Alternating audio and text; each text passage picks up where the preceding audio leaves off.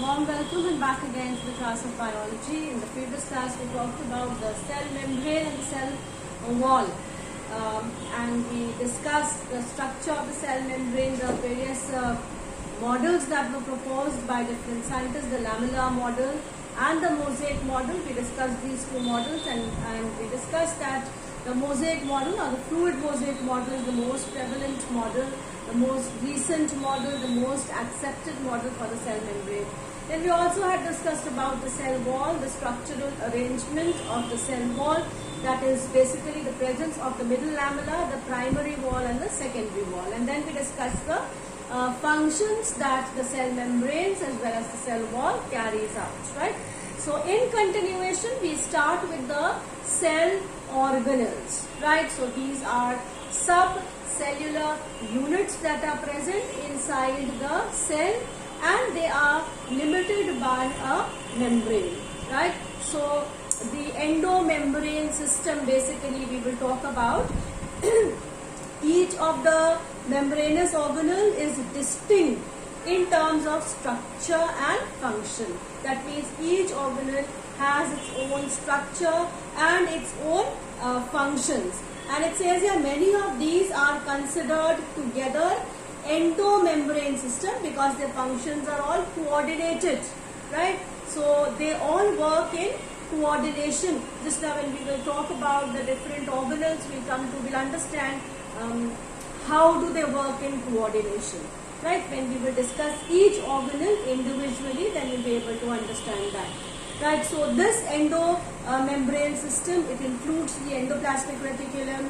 We'll talk about the Golgi apparatus or the Golgi body, the lysosomes, the vacuoles, the mitochondria, plastids, etc. So all these things we will study as a part of the endomembrane system. So we will start with the first organelle, that is the endoplasmic reticulum, right? So now inside the cell membrane we discussed is the cytoplasm, right? Now in the cytoplasm are present various organelles. So we will start with the one that is attached to the cell membrane, right? So we'll start with the endoplasmic reticulum.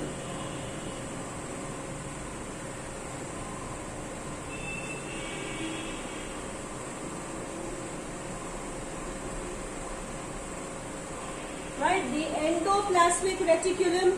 Now it says here that these structures, since these are membrane bound organelles, endoplasmic reticulum is basically the studies, the microscopic, electron microscopic studies. It proves that these structures or these organelles are present only in the eukaryotic cells. Now this was discovered independently by Porter and Thomson, right? So this was discovered by Porter and Thomson,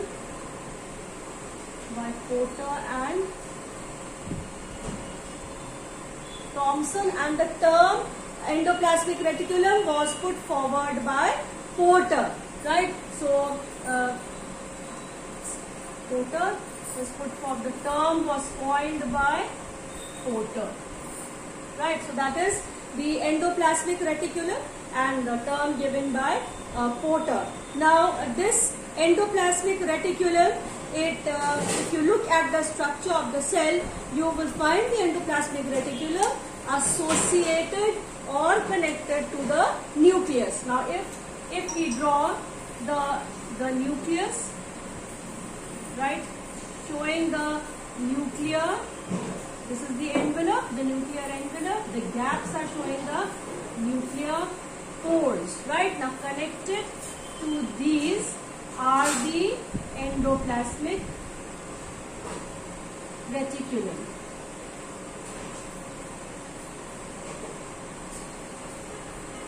Right, so like this you can show the connection of the endoplasmic reticulum, and this is all connected to the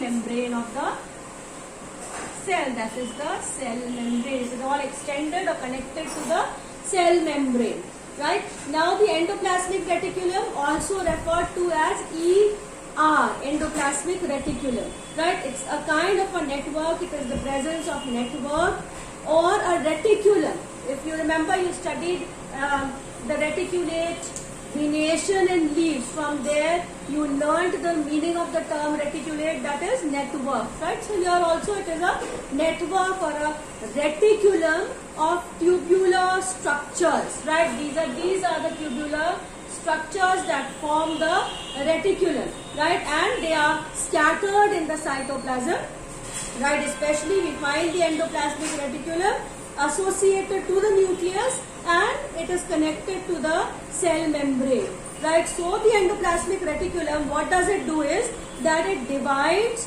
the intercellular space, intracellular, inside the cell, right? It divides the space into two distinct compartments, right? What are the two distinct compartments? One compartment is the luminal space. The luminal space is this lumen here. This is the luminal space, right? So inside, and one is outside the endoplasmic reticulum, that is the extraluminal space that is in the cytoplasm. Now this part is a part of the endoplasmic reticulum. This is the outer surface, right? That is the cytoplasm. So this is the extraluminal space, right? So the endoplasmic reticulum, it divides the cytoplasm or the intracellular space into luminal space. Luminal is inside the endoplasmic reticulum and extraluminal is outside the endoplasmic reticulum, that is the cytoplasm space, right? Now there are two types of endoplasmic reticulum. There are ones that have ribosomes attached to them, right? So they have ribosomes attached. So the ones that have ribosomes attached are known as rough endoplasmic reticulum. ER is endoplasmic reticulum, R is rough. Rough means that ribosomes are attached to that. Then the part of the endoplasmic reticulum which does not have the ribosome attached to it are known as smooth endoplasmic reticulum. Here, smooth endoplasmic reticulum, SER. S is for smooth, right?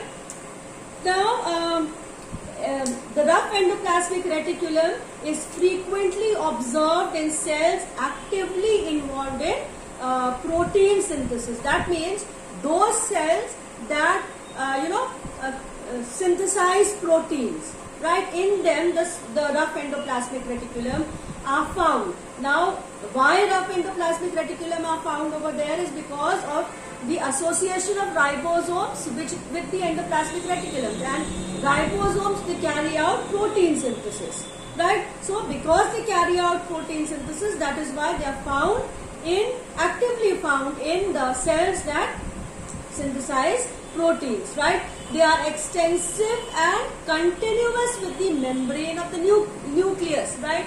Now, here this is the membrane of the nucleus, extensive and they are found associated to the membrane of the nucleus. That is what is meant by they are extensive and continuous. In continuation, they are connected to the nucleus, right? So the smooth endoplasmic reticulum is the major site for lipid synthesis, right? So synthesis of lipid takes part in the smooth endoplasmic reticulum. Smooth endoplasmic reticulum means that part of the endoplasmic reticulum which is not associated with the ribosomes, right? So those are the smooth endoplasmic reticulum. Now, when we look at the structure of the endoplasmic reticulum, we find that the whole structure, the whole organelle is made up of three kinds of structures, right? Three components of the endoplasmic reticulum, which are the cisternae, right? So cisternae would be something like this, right?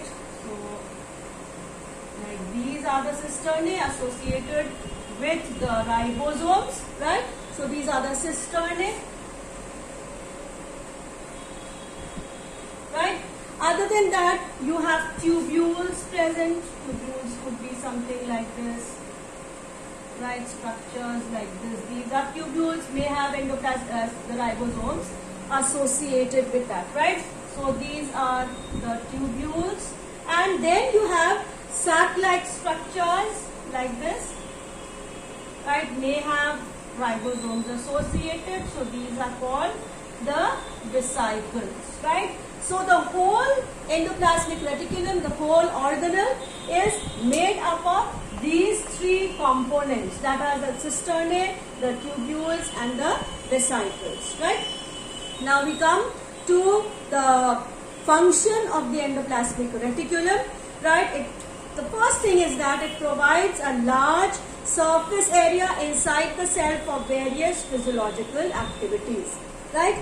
Then it functions as the cytoskeleton or the intracellular or the ultrastructural skeleton, right? Since it stretches right from the nucleus to the cell membrane, so it forms the cytoskeleton. Cyto related to the cytoplasm. So the skeleton inside the cytoplasm is the cytoskeleton, right? So it forms a framework which is a kind which we can say a kind of provides mechanical support to the colloidal cytoplasmic matrix, right? This is the matrix.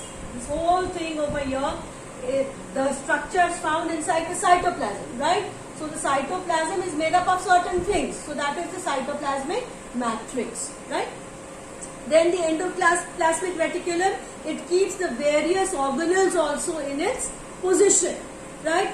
Then they are, of course, they allow movement of substances, materials between two adjacent protoplasts, right, through plasmodesmata. Now see, they are all connected through tubules, right? You see all these tubules are connected, and the membrane of the cell is also porous, right? So this is how it connects or it transports materials from one cell to the other cell. That is how they make that connection, right? It acts as a means of quick intracellular transport also. Inside the cell also, the transport can take place through the endoplasmic reticulum, right?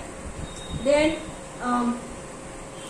precursors for the formation of Golgi body is also found over here. That means the Golgi body is somehow formed from the endoplasmic reticulum, right? So it provides the precursors of different secretory substances to Golgi apparatus, right? So it forms, we will study just now how Golgi apparatus is formed from the endoplasmic reticulum, and then there are certain substances which are also transferred from the endoplasmic reticulum to the Golgi apparatus, right? It gives membranes to the Golgi apparatus for the envelope formation of vesicles and even helps in the formation of lysosomes, right? Apart from the endoplasmic reticulum helping in the formation of Golgi apparatus, it also helps in the formation of lysosomes.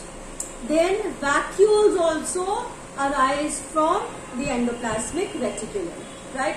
And of course, we studied that the presence of ribosomes also helps in the synthesis of proteins, right? So that is the basic functions of the endoplasmic reticulum, and we move on to the next structure that we will study, which is the Golgi complex or the Golgi body, right? So the next organelle that we will do is the Golgi body or the Golgi apparatus, also known as the Golgi complex, right? So I write here as the structure as the Golgi complex, right? Or it is also known as the Golgi apparatus. So I will use the term apparatus also here.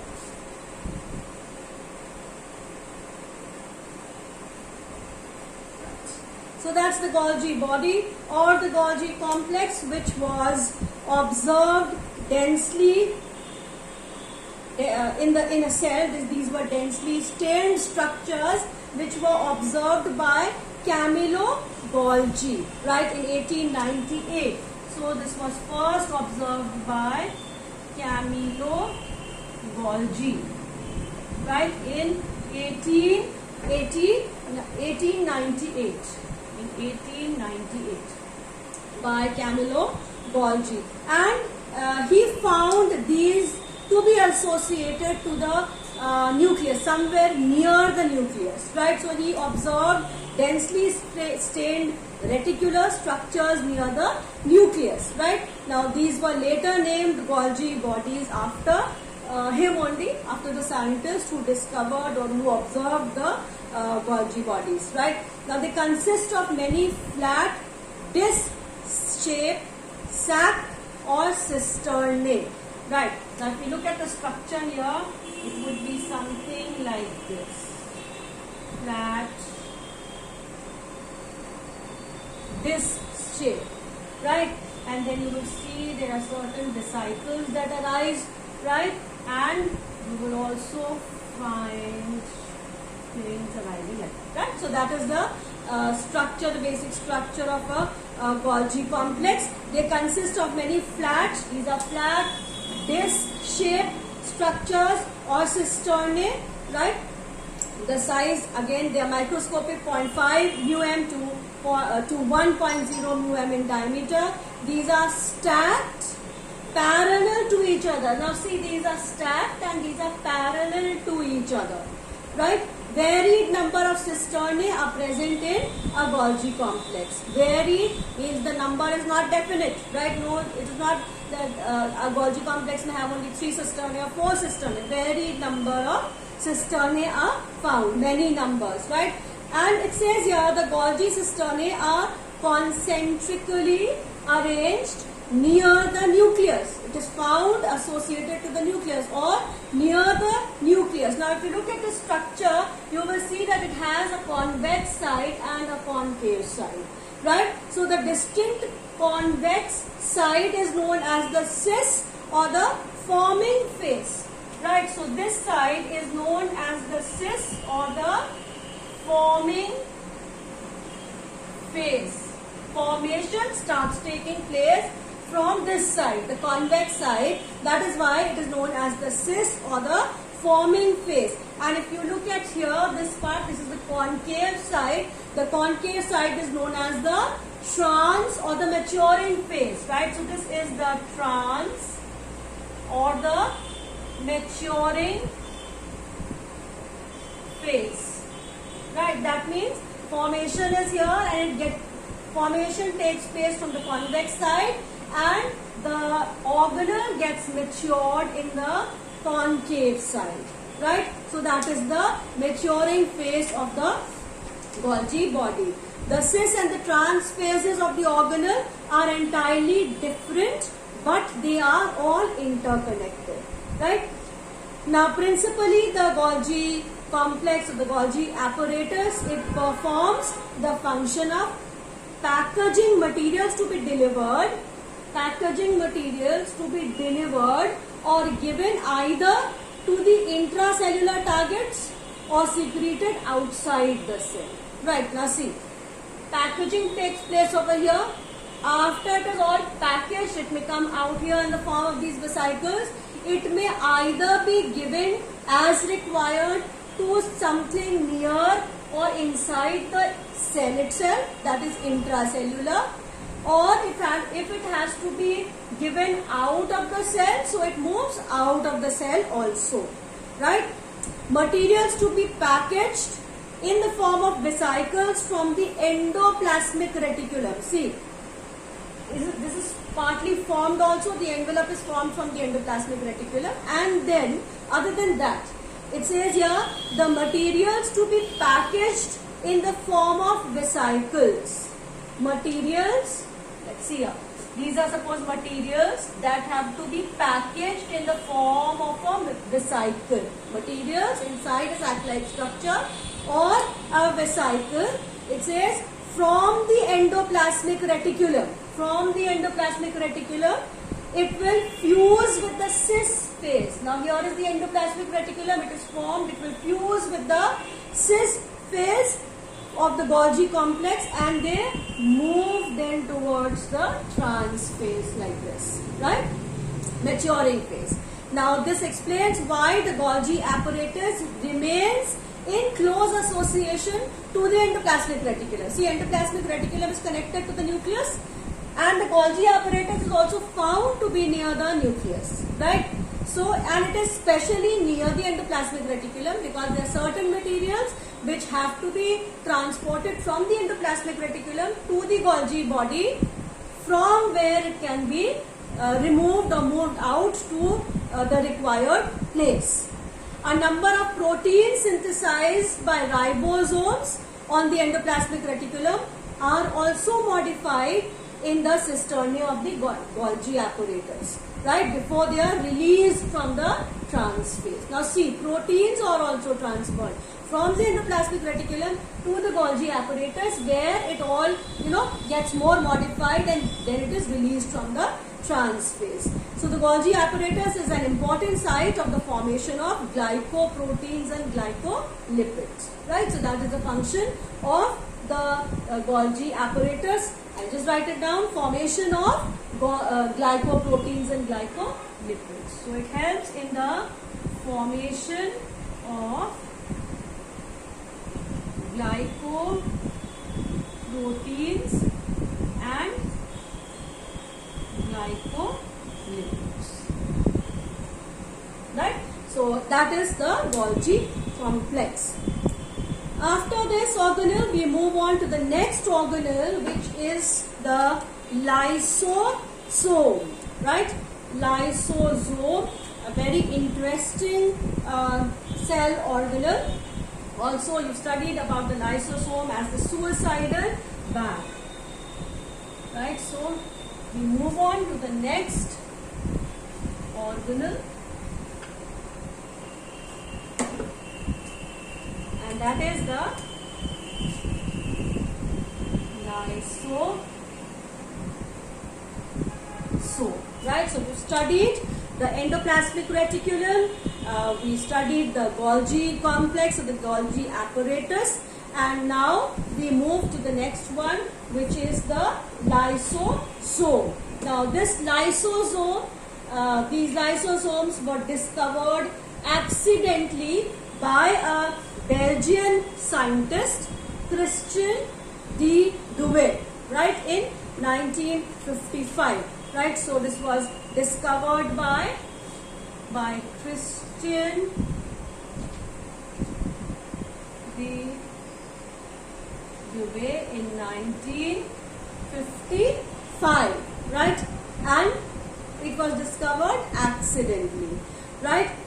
Through some technique, he was studying something else and happened to discover the lysosomes, right? So now these organelles were observed under electron microscope by Novikov, and he coined the term lysosome. So the term was coined by Novikov. He had coined the term. Coined the term means the term lysosome, the name lysosome to this particular organelle was given by Novikov, right? Now if we look at the meaning of the word lysosome, this is a Greek word, and the Greek derived from a Greek word lysis, right? Lysis means digested, right? Or to lose something or to digest something. So the word lysis is basically what is digestion? Breaking down of substances into simpler form, right? So this it means digestive or simply breaking down, and soma is body, right? Soma is body, right? So that means it contains certain substances which break down, that certain enzymes which break down those substances. So what are basically these? These are small vesicles which are bounded by a single membrane, right? Small vesicles, single membrane, right? Simple structure, and they contain hydrolytic enzymes, splitting enzymes in the form of minute crystalline or semi-crystalline granules. So what does it contain inside? It contains hydrolytic enzyme, right? So these are the enzymes that it contains, right? And basically they act in acidic medium, right? So these lysosomes are also called suicide bags because of the presence of large number of digestive enzymes that are present inside that. So why is the name suicide bag given? Because of the presence of large digestive enzymes which are present inside these bags, and if they split, if they happen to split open or burst open, then it digests the whole cellular structure also, right? Although it remains separated, these hydrolytic enzymes, they remain inside with the help of this membrane-like structure which forms the vesicle, and that is why they do not float in the cytoplasm, otherwise everything would be digested, right? They occur in all animal cells, right? The lysosomes are basically not found in the plant cells, but they are found in all the animal cells, right? So it is formed again by the packaging in the Golgi apparatus. The isolated lysosomal vesicles have been found to be very rich in almost all types of hydrolytic enzymes, right? Hydrolases, lipases, proteases, carbohydrates. So they digest carbohydrate. Proteases digest protein. Lipases digest lipids or fats, right? And they act in an acidic medium. They are capable of digesting, as I told you, carbohydrates, proteins, lipids and nucleic acids. So that's about the lysosomes, the suicidal bags, right? And they occur, as I told you, in the animal cells. They are not found in the red blood cells, right? They are believed to be formed by the activity of the endoplasmic reticulum as well as the Golgi body, right? They normally do not burst in the cytoplasm, otherwise they would digest everything. So they are limited by this membrane that is present over here, right?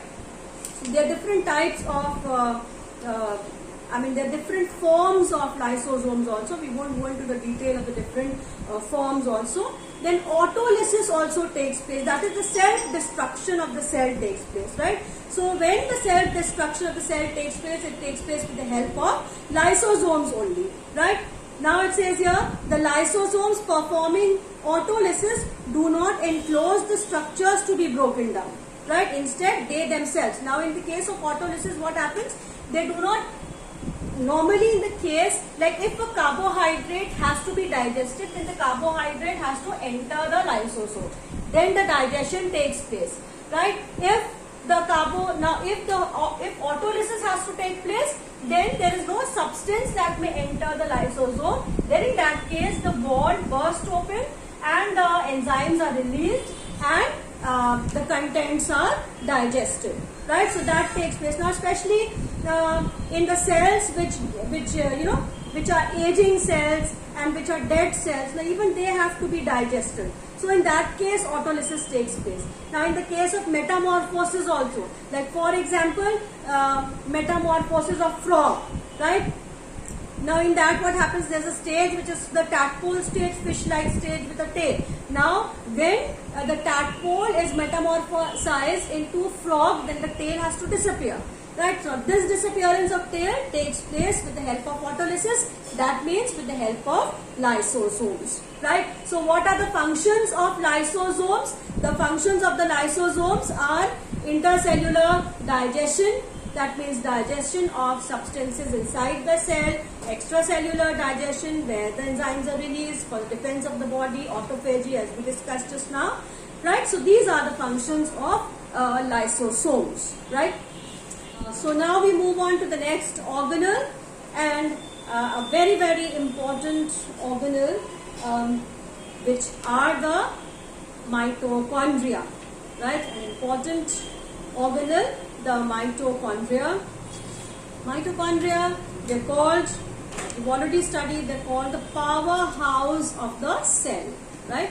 Mitochondria are known as the powerhouse of the cell, and these are the organelles that are found only in the aerobic eukaryotes, right? So the next organelle,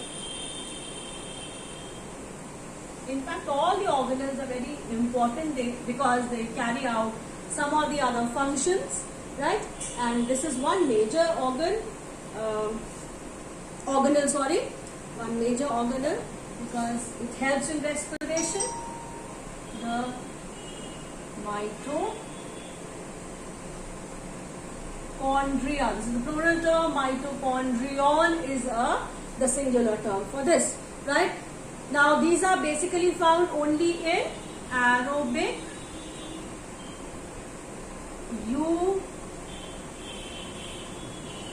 eukaryotes. That means they are not found in prokaryotes and they are not found in anaerobic eukaryotes, right? So that means aerobic respiration takes place over here in mitochondria, right? So this mitochondria, they are called the powerhouse of the cell, and they were first observed by Koehler and Benda, right? Koehler and Benda, right? These were the scientists who had observed. Benda actually gave the term mitochondria in 1897, right? In 1897, Benda had given the term, coined the term mitochondria, right? So these are absent in the prokaryotes and also in the anaerobic eukaryotes, right? They are secondarily lost also in the red blood corpuscles of mammals. They differ in shape and size in different cells, but the basic structure is a cylindrical structure, right? Which is also referred to as the sausage shaped, right? It is also known as sausage shape.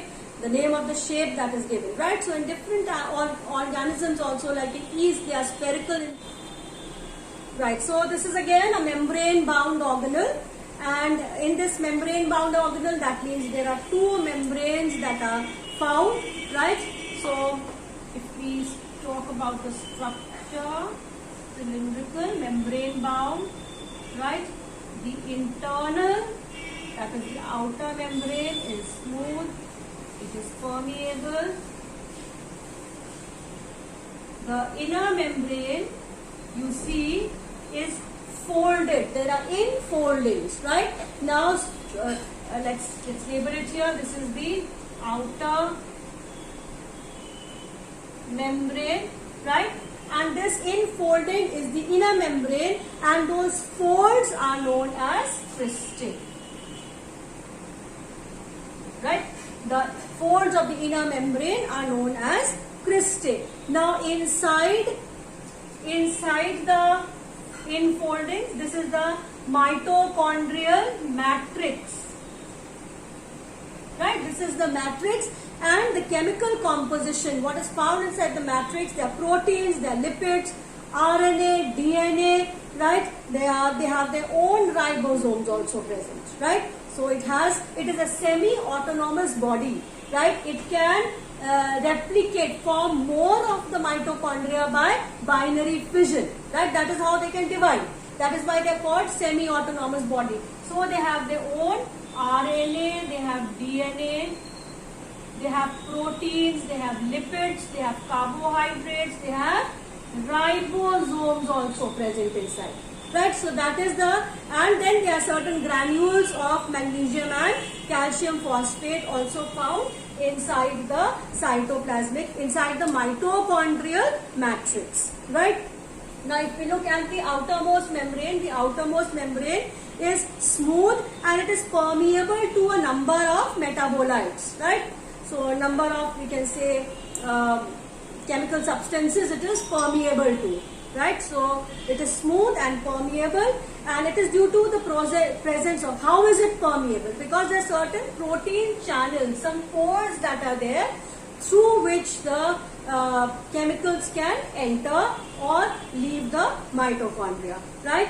Apart from that, there are few enzymes which are also connected with lipid synthesis that are located in the membrane. So inside the membrane, for lipid synthesis, there are certain enzymes that are present. It is poorer in proteins as compared to the inner membrane. That means the content of protein in the outer membrane is less as compared to the protein present in the quantity of protein present in the inner membranes. The inner membrane, that is the infoldings that you see, is permeable to only some metabolites, right? So that is the difference. Outer membrane, permeable, it is smooth, permeable to a number of metabolites, whereas the inner membrane, it is permeable only to some metabolites, right? And then, other than you observe these cristae, these infoldings which are termed as cristae, then there are certain elementary particles that are found associated with the cristae. Now if you look at these particles, these are those racket shaped particles, right? The racket shape will have a head, a stalk and a base, right? They are fixed in the base part is fixed in the membrane of the inner membrane. Right now these are known as the elementary particles or also known as oxysomes. Right? Now these the basic ATP synthesis. Why is it called the powerhouse of the cell? Because energy is generated over here inside the mitochondria and specifically in the oxysomes. Right? So ATP synthesis takes place over here. Synthesis means formation of ATP, adenosine triphosphate. These are energy rich compounds that are formed over here in the mitochondria. The mitochondria is rich in these molecules, and because the formation of these energy rich molecules take place over here in the mitochondria, because of which they are rich in ATP molecules, so they are called the powerhouse of the cell, right? So if we quickly talk about mitochondria being an autonomous, semi-autonomous structure, right? Why autonomous? Because they can carry out many of the functions on their own, right? So simply why an autonomous structure? Because they have their own DNA present which can replicate and independent of the DNA that is present in the nucleus of the cell, right? Then the DNA can produce its own different kinds of RNA, right? This organelle has its own ribosomes also present, right? If we look at the ribosomes present in the cell of a eukaryote, we find that it is present in the form of 80S type of ribosomes, right? Over here it is generated in the cytoplasm only. It is formed in the cytoplasm in the form of 70S type of ribosomes, right? The organelles synthesize some of the enzymes that are required for their functioning also. So they can synthesize their own enzymes. They grow internally, new mitochondria, as I told you, they can divide also, they can multiply also. They multiply and form new mitochondria by binary fission, right? Or of the pre-existing mitochondria, right? So if we talk about the functions, they are basically the powerhouse of the cell, right? So they produce energy, they may store and release calcium also as and when required, right? And an organism generally receives mitochondria from its mother, right? So they take part in maternal inheritance also, right? An organism, that means you and me, we have received our mitochondria from our mother. This is what is, found out by some studies, right? So that means they take part in maternal inheritance also. So that's about the mitochondria, and now we move on to the next organelle. Again, the next organelle that we will study is also one of its type is also a semi-autonomous structure. So we study the plastids now.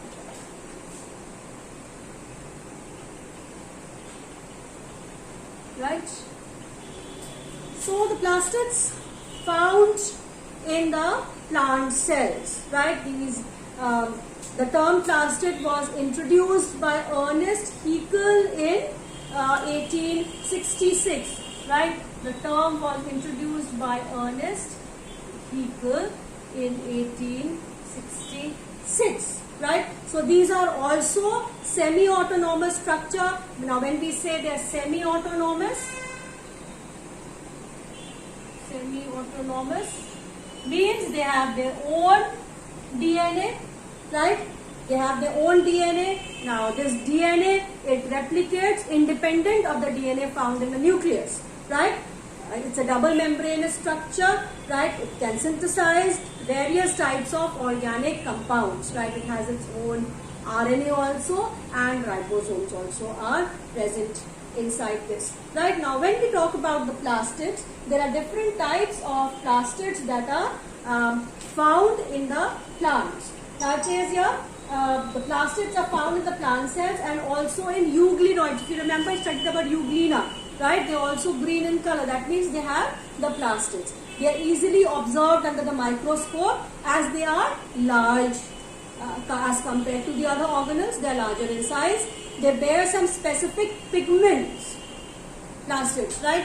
Thus imparting specific colors to the plant. So based on the presence of the different pigments, plastids can be classified as chloroplast, chromoplast and leucoplast. So the three types: chloroplast,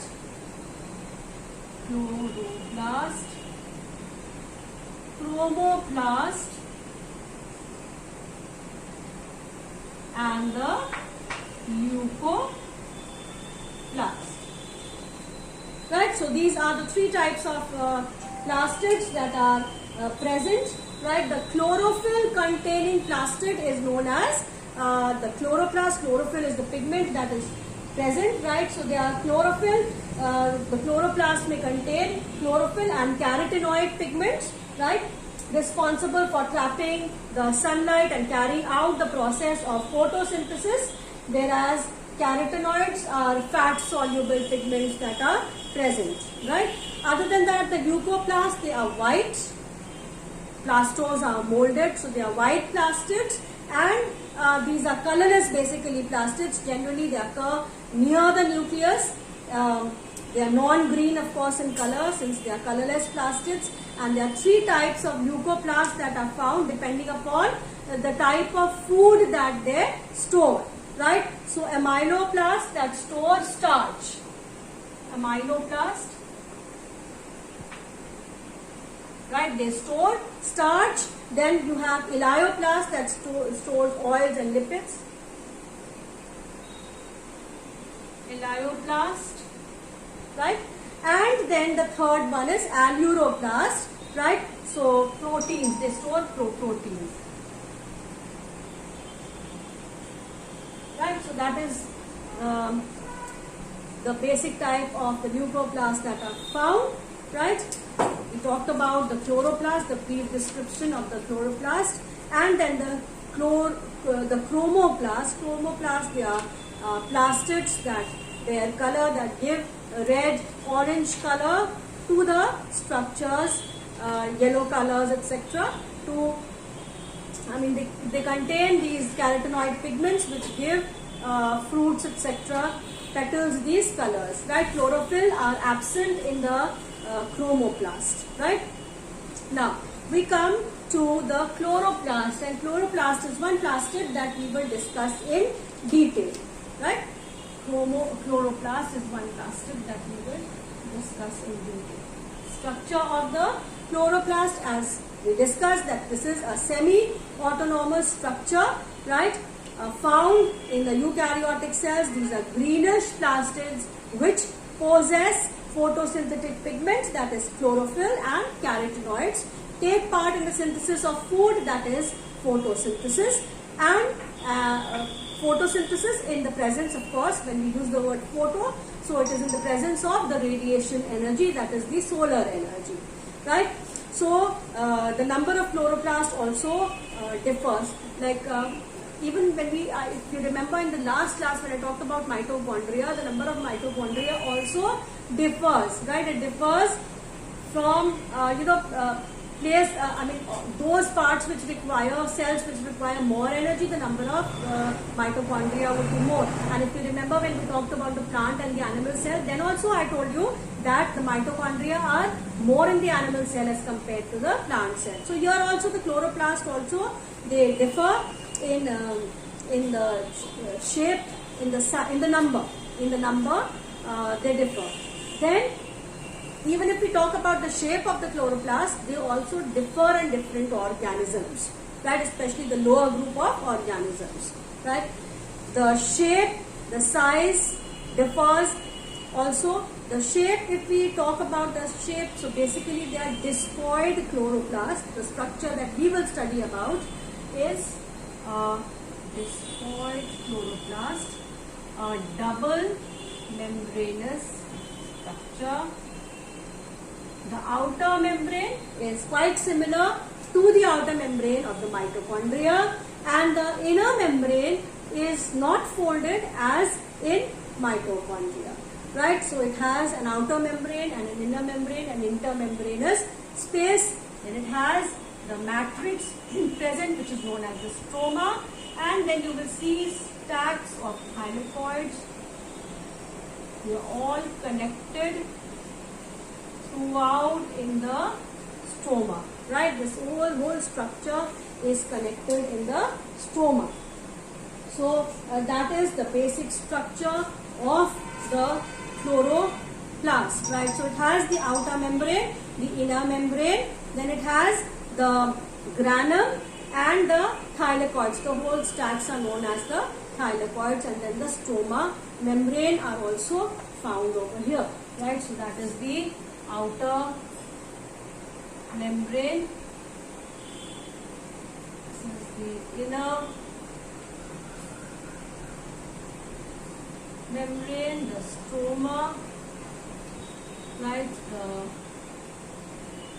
granum, and this whole stack is known as the thylakoid. Right, so majority of the chloroplast of green plants are found in the mesophyll. In which part these are found? These chloroplasts are generally found in the leaves, right, or the green part of the plant. So when we talk about which part of the leaves they are found in the mesophyll cells of the leaves, right? These are lens shaped, oval, spherical, like we were talking about the different shapes. Basically here the discoid. They are even ribbon shaped, right, having variable length. So as I told you, it differs in size and in number in different types of organisms. Like mitochondria, the chloroplast, as I told you, is a double membranous structure, right? It is a membrane bound organelle. The inner chloroplast membrane is relatively less permeable, as it is the same as that of the mitochondria. Outer membrane is more permeable of mitochondria and the chloroplast. Inner membrane is less permeable to the metabolites, or same in the mitochondria as well as in the chloroplast. Right, the space limited by the inner membrane of the chloroplast is called the stroma. So this whole structure is the stroma part. Right, a number of organized flattened membranous sacs are called thylakoids. The whole structure, this whole stack-like structures, this whole thing is known as the thylakoid. Right, they are present in the stroma. Thylakoids are arranged in stacks like piles of coins. Each of this coin is known as the granum. Right, singular is granum and many are grana. Right, or the intergranal thylakoids. Right.